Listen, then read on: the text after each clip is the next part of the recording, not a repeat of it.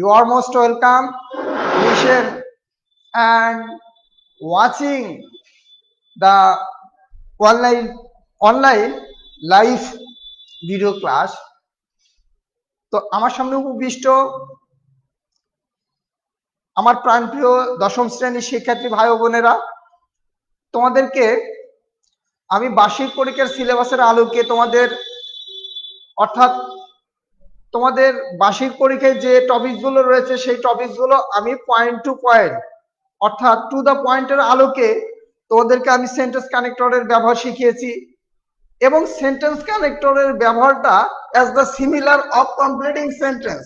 অর্থাৎ তোমরা লক্ষ্য করবে যে আমাদের আজকের যে টপিকসটা রয়েছে সেই টপিকসটা কি?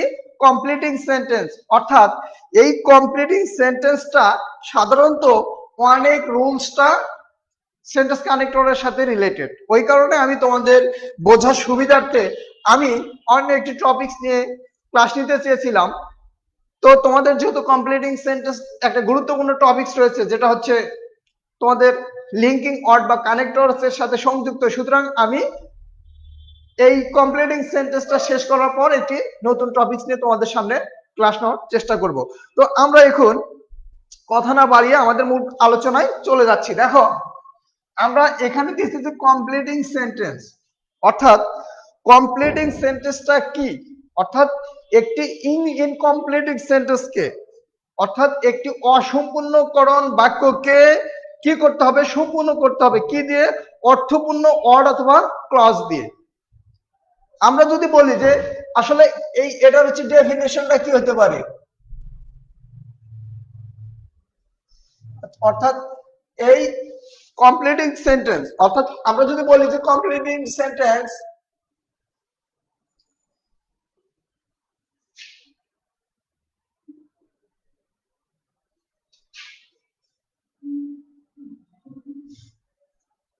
means the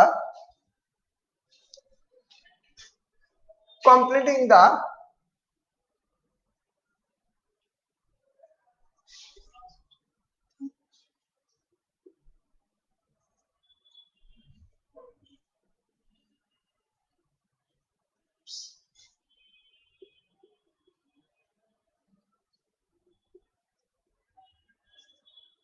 অর্থাৎ দেখো, এখানে আমি তোমাদেরকে বোঝার সুবিধার্থে একটি অর্থাৎ সংজ্ঞাটা লিখেছি যে completing sentence means the completing the incompleting অর্থাৎ ইনকমপ্লিট পার্টস অফ সেন্টেন্স। অর্থাৎ কমপ্লিটিং সেন্টেন্স বলতে বোঝায় হচ্ছে একটি বাক্যের অসম্পূর্ণকরণ অংশকে কি করা হয়? সম্পূর্ণ করতে হবে। এটা কিভাবে?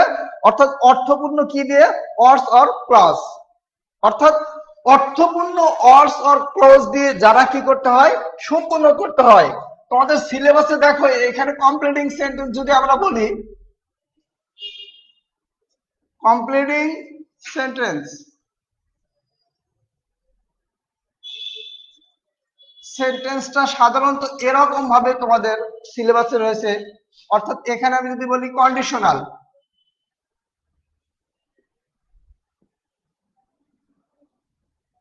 কন্ডিশনাল, তারপরে রয়েছে তোমাদের এখানে জিরান,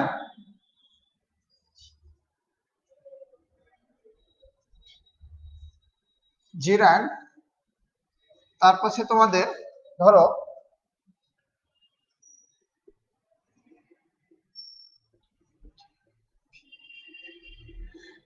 ইনফিনিটিভ এবং তার পাশে তোমাদের রয়েছে পার্টিসিপল।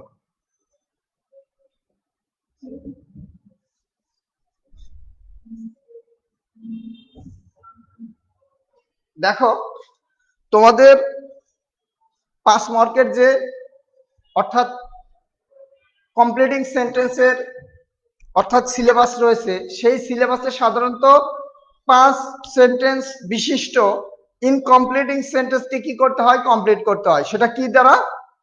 অর্থপূর্ণ ওয়ার্ডস অথবা ক্লজ দ্বারা। এবং সেগুলো কমপ্লিটিং সেন্টেন্স শেখার আগে তোমাদের কি করতে হবে? কন্ডিশনাল, অর্থাৎ এখানে কন্ডিশনালস এর ব্যবহার জানতে হবে এবং এই জিরান্টের ব্যবহার জানতে হবে ইনফিনিটিভের ব্যবহার জানতে হবে এবং পার্টিসিপলসের ব্যবহার জানতে হবে। তার আগে আমাদের কি জানতে হবে, অর্থাৎ কমপ্লিটিং সেন্টেন্স সাধারণত কি দ্বারা মানে যুক্ত থাকে, সাধারণত কমপ্লেক্স, অর্থাৎ তার আগে এবং পরে সাধারণত থাকে কি ক্লজ থাকে, তিন ধরনের ক্লজ থাকে। সেই ক্লজগুলো কি, সেই আমরা যদি বলি যে এই ক্লজটা সাধারণত সাবঅর্ডিনেট ক্লজ, প্রিন্সিপাল ক্লজ এবং কোঅর্ডিনেট ক্লজ।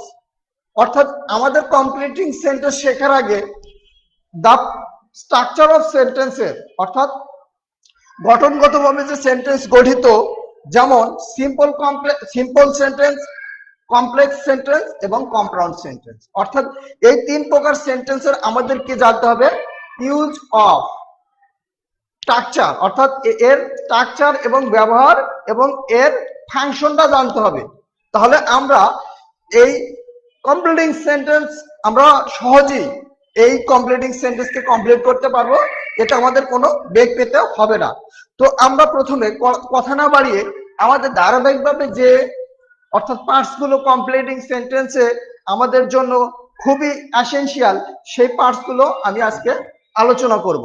দেখো, আমরা একটি ওয়ার্ডকে বিভিন্নভাবে, অর্থাৎ একটি ক্লজকে সাধারণত কমপ্লেক্স সেন্টেন্সের ক্লজ থাকে এবং পুরো সেন্টেন্সটা থাকে কমপ্লেক্স সেন্টেন্সে, অর্থাৎ completing sentence means complex sentence. অর্থাৎ এখানে দেখো, আমি এখানে এক্সাম্পল দিচ্ছি। দেখো এখানে এক্সাম্পল, আমি এখানে একটা সেন্টেন্স লিখবো। দেখো, আই ডোন্ট নো। দেখো এখানে একটি ওয়ার্ড লিখেছি, আই ডোন্ট নো, আমি জানি না। দেখো এখানে আমরা কি লিখতে পারি, হয় হি ইজ অ্যাবসেন্ট, আমি জানি না সে কেন অনুপস্থিত। এখানে দেখো, I don't know why he is absent. এখানে দেখো, এখানে যে কমপ্লেক্স সেন্টেন্সের, অর্থাৎ এটা হি ইজ অ্যাবসেন্ট, এখানে প্রিন্সিপাল ক্লজ আর এটা হচ্ছে সাবঅর্ডিনেট ক্লজ এবং এটা রিলেটিভ, অর্থাৎ এটা হচ্ছে তোমার কোঅর্ডিনেট। এখানে প্রিন্সিপাল ক্লজ সাধারণত এটা কমপ্লেক্স সেন্টেন্সের হচ্ছে লিঙ্কার দ্বারা যুক্ত হয়েছে। তো আমরা এই সেন্টেন্সকে আরো নানাভাবে কি করতে পারি, কমপ্লিট করতে পারি কি দ্বারা, অর্থপূর্ণ ওয়ার্ড অথবা ক্লজ দ্বারা। দেখো আমরা এখানে আবার লিখতে পারি, দেখো আমরা এখানে পাঁচটা সেন্টেন্সের উপর আই ডোন্ট নো, দেখো where he lives, দেখো I don't know where he lives। আবার দেখো এই সেন্টেন্সটা আরো ভাবে লিখতে পারি, I don't know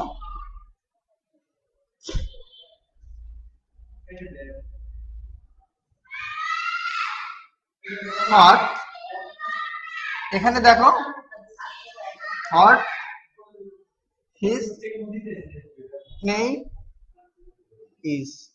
দেখো আবার আমরা এখানে আরেকটা লিখতে পারি,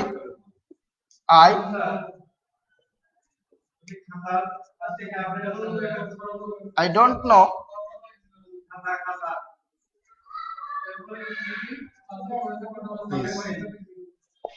আবার দেখো আমরা I don't know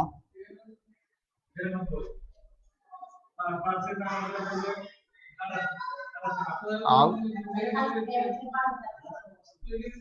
is। দেখো অর্থাৎ আমরা কমপ্লিট সেন্টেন্সকে শুধু একটি অর্থপূর্ণ ওয়ার্ড বা ক্লজ দ্বারাই সংযুক্ত করতে পারি না, আমরা সেটা নানাভাবে সংযুক্ত করতে পারি। সেটা কি অনুসারে, অর্থাৎ প্রথম ক্লজ এবং প্রথম ক্লজের টেন্স অনুসারে বা মোড অনুসারে আমরা দেখো একটা সেন্টেন্সকে আমরা পাঁচ ভাবে লিখতে পারি। দেখো, I do not know why he is absent, আমি জানি না কেন সে অনুপস্থিত ছিল। আবার দেখো, I don't know where he lives, আমি জানি না সে কোথায় বাস করে। আবার দেখো আই ডোন্ট নো, আমি জানি না হোয়াট হিজ নেম ইজ, তার নাম কি। আবার দেখো I don't know who he is, আমি জানি না সে কে।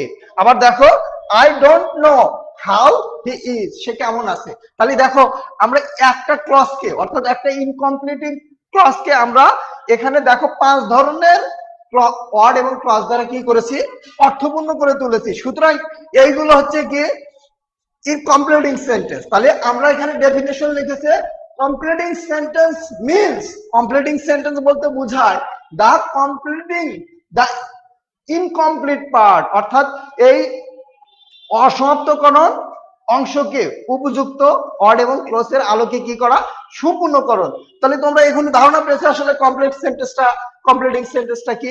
অর্থাৎ এই কমপ্লিটিং সেন্টেন্সকে তোমরা অর্থপূর্ণ ওয়ার্ড এবং ক্লজ দ্বারা যদি তোমরা সেটা নির্ণয় করতে চাও, তাহলে তোমাদের কি কি জানতে হবে, ক্লজটা শিখতে হবে এবং তোমার সিম্পল, কমপ্লেক্স এবং কম্পাউন্ড সেন্টেন্সের গঠন শিখতে হবে। তারপরে তোমাদের কন্ডিশনালের ব্যবহার শিখতে হবে, জিরান্ডের ব্যবহার শিখতে হবে, পার্টিসিপলের ব্যবহার শিখতে হবে এবং তোমাদের কি শিখতে হবে, তোমাদের শিখতে হবে তোমার পার্টিসিপল, জিরান্ড, ইনফিনিটিভের ব্যবহার। তো আমরা এখন আজকের এই আলোচনায় আমরা আজকে ওয়ার্ড এবং ক্লজ সম্পর্কে একটু ধারণা নেওয়ার চেষ্টা করব। তাহলে আমরা এখন এই ওয়ার্ড এবং ক্লজটা এক নজরে দেখে নিচ্ছি। এখানে দেখো আমরা বলছি যে অর্থপূর্ণ ওয়ার্ড অথবা ক্লজ, ওয়ার্ড ভার্ব হচ্ছে ক্লজ। দেখো ক্লজ অর্থাৎ এই ইনকমপ্লিটিং সেন্টেন্সকে কমপ্লিট করতে হলে আমাদের জানা দরকার কোনটা, সেটা হচ্ছে ওয়ার্ডস ভার্ব ক্লজ। অর্থাৎ ওয়ার্ডস তো তোমরা জানো যে কতিপয় লেটার পাশাপাশি বসে যদি একটু অর্থপূর্ণ ধ্বনির সৃষ্টি হয় সেটা ওয়ার্ডস। এবং একটি বাক্যের সাধারণত স্মল ইউনিট বলতে বোঝাচ্ছে হচ্ছে ওয়ার্ডস। ভাষার মূল উপাদান হচ্ছে ধ্বনি, আর একটি বাক্যের মূল উপাদান হচ্ছে এই ওয়ার্ডস বা শব্দ। আর এখানে ক্লজ হচ্ছে বাক্যাংশ, ক্লজটা হচ্ছে কি বাক্যাংশ। তাহলে আমরা এই ক্লজটা কি, আসলে এই ক্লজটা বলতে আমরা বুঝি যে ক্লজ হচ্ছে খণ্ড বাক্য যার সাবজেক্ট এন্ড প্রেডিকেট আছে, যার সাবজেক্ট এন্ড প্রেডিকেট আছে কিন্তু সাধারণত পুরোপুরি অর্থ প্রকাশ করতে পারে না। সেই অর্থ প্রকাশ করার জন্য কিসের দরকার হয়, অর্থাৎ একটি প্রিন্সিপাল ক্লজের উপর নির্ভরশীল। অর্থাৎ সেই কারণে এইগুলোকে সাধারণত ক্লজ বলা হয়। যেমন the teacher said that the earth is round, আমরা যদি এখানে একটা ক্লজ লিখি, দেখো the teacher said that the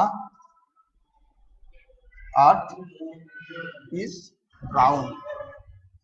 দেখো এই ক্লজ বা কি খণ্ডবাক্য, দেখো দি টিচার সেড শিক্ষক বললেন, যেটা প্রিন্সিপাল ক্লজ, আর that the earth is round এই এই এই ক্লজটা সাধারণত প্রিন্সিপাল ক্লজের উপর নির্ভরশীল। সুতরাং এইগুলো সাধারণত ক্লজ। এখানে আমাদের দুটো ক্লজ রয়েছে, একটা প্রিন্সিপাল ক্লজ রয়েছে আর একটা হচ্ছে সাবঅর্ডিনেট ক্লজ রয়েছে। এবং এই দ্যাট থেকে এই রাউন্ড পর্যন্ত যেটা সাবঅর্ডিনেট ক্লজ, আর দ্য টিচার থেকে ভাগ পর্যন্ত প্রিন্সিপাল ক্লজ। অর্থাৎ এই ক্লজটা সাধারণত তিন ভাগে বিভক্ত, অর্থাৎ principal clause, subordinate clause and coordinate clause. অর্থাৎ আমরা পরবর্তী ক্লাসে এই ক্লজ সহ কন্ডিশনাল এবং তোমার এই কমপ্লিটিং সেন্টেন্সের যে বেসিক রুলস রয়েছে সেই রুলস নিয়ে আমরা আলোচনা করব। তো সে পর্যন্ত তোমরা সবাই ভালো থাকো।